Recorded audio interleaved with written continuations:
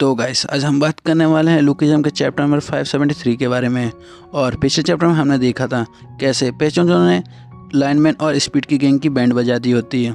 आज के एपिसोड के स्टार्टिंग में हम देखते हैं सैमुअल और रू के इंटरेक्शन से। दोनों लोग फाइट के लिए रेडी होते हैं। सैमुअल स्माइल करते हुए अपने चश्मा को उतारता है और कहता है कितना टाइम हो गया है जब से मैंने किसी से लड़ाई नहीं की है। जॉन रूस को टोंट मारता है और कहता है तू फाइट के दौरान भी स्माइल कर रहा है, लगता है तेरे लिए फाइट सिर्फ एक एंटरटेनमेंट है। मुझे पहले से ही पता था हम दोनों का कभी नहीं जमेगा। सैमुअल जॉन के पेट में एक सॉलिड पंच मारता है और कहता है चिंता मत कर, धीरे धीरे हम दोनों का चालमेल बैठ जाएगा।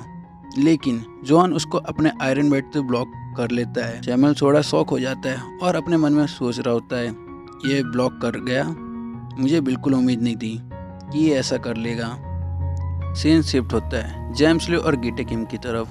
जेम्स ली कहता है स्क्वाड लीडर के मतलब होता है कमांडर, जिसके अंदर 1000 बंदे होते हैं और डार्क क्रोकोडाइल सोसाइटी में यह एक बहुत ही स्पेशल टाइटल है। स्क्वाड लीडर बनते हैं जिसके पास कॉम्बैट एबिलिटी और इंटेलिजेंस दोनों होती है। लेकिन 10 स्क्वाड के लीडर मिलकर भी वो रिजल्ट नहीं ला पाए जो एक सिंगल 1000 बंदों का ले सकता है। फिर जेम्स ली और भी बड़ा सिगरेट खोलता है और कहता है 1000 स्क्वाड लीडर के ऊपर भी होता है 10,000 स्क्वाड लीडर। ये डायरेक्टली पेचोंजो के अंडर होते हैं। इनके एबिलिटी बाकी सबसे ज़्यादा खतरनाक होती है। मिस्टर गीटे किम, कम से कम तुम्हें 1000 स्क्वाड लीडर को अपने साथ मिला लो। मैं तुम्हें गारंटी देता हूँ वो तुम्हारे काम जरूर आएंगे। गीटे किम डाउट करता है वो कितने पावरफुल हो सकते हैं, पूछता है। जेम्स ली रिप्लाई देता है याद है तुम्हें जब तुमने फर्स्ट जनरेशन और प्री जनरेशन के बंदों को बुलाया था, वो दोनों मिलके पूरे स्क्वाड को ख़त्म कर देंगे, मतलब कि उनके सभी बंदों को ख़त्म कर देंगे। फिर वापस हम प्रेजेंट मोमेंट में आते हैं। जॉन रू आयरन रोड से सैमुअल पे लगातार हमला करता रहता है। सैमुअल बस अपने नोकल्स के साथ उसे ब्लॉक कर रहा होता है, लेकिन उस फोर्स की वजह से वो पीछे हटते जा रहा होता है। जॉन बोलता है अच्छा किया ब्रश नकल यूज़ कर रहे हो, क्या ब्रश नकल को यूज़ करने के लिए ब्लॉक करोगे वरना तेरी बॉडी टूट जाएगी। सैमुअल अपने काउंटर अटैक करने का सोच रहा होता है, कहीं एक मौका देख रहा होता है। लेकिन जोहान अपने मन में सोचता है क्या उसे लगता है कि मैं उसे मौका दूंगा, मुझे पहले उसकी ब्रश नकल को तोड़ना होगा वरना मेरे अटैक काम नहीं करेंगे। फिर जोहान एक बड़ा सा टेबल उठाता है, सैमुअल के ऊपर फेंक देता है। सैमुअल उस टेबल को एक पंच में तोड़ देता है और बोलता है तू क्या चाल चलना चाहता है और अपने मन में क्या सोचा है। लेकिन तभी जोहान डिसअपेयर हो जाता है और नीचे से आके सैमुअल पर अटैक कर देता है।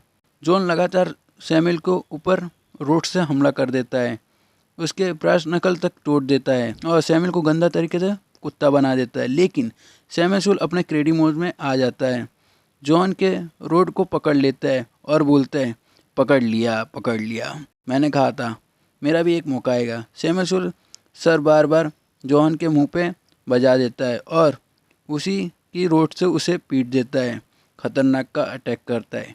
लेकिन जोहान तुरंत अपने बिंग चुंग फाइटिंग स्टाइल यूज़ करने लगता है और सैमुअल को एक पंच इजीली डिफ्लेक्ट कर देता है।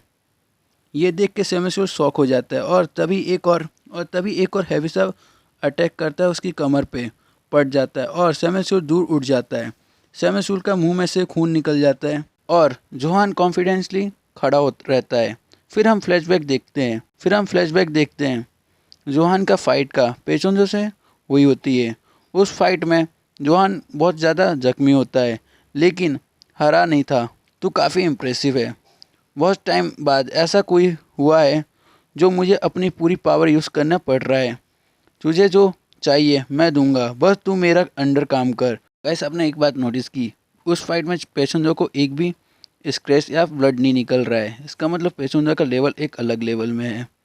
वापस हम प्रेजेंट में आते हैं। जोहान सैमुअल की छाती में एक और अटैक करता है। सैमुअल काउंटर करने की कोशिश करता है लेकिन हर पंच को डिफ्लेक्ट हो जाता है। जोहान विंग चून के छप्पड़ देता है, से सैमुअल को लगातार पिटाई करता रहता है और सैमुअल ग्राउंड में चिपक जाता है। सैमुअल की फेस की हालत वापस वैसी हो जाती है जैसे उसके बाप की मरने के वक्त थी। सैमुअल कहता है क्या मेरा यही एंड है, लेकिन मेरा प्लान का क्या होगा। तभी एक और फ्लैशबैक आता है जो यंग पार्क का, जो उसको एक इंजेक्शन लगाया था। इंजेक्शन के बाद सैमुअल की बॉडी चेंज होने लगी थी, मसल बढ़ गए होते हैं, वेंस निकलने लगती है।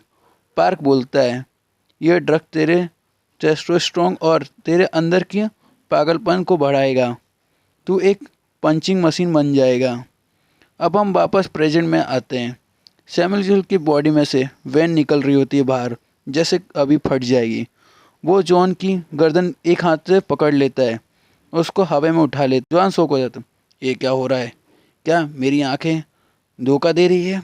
सैमुअल कहता है उस दिन के बाद मेरी बॉडी अजीब होने लगी।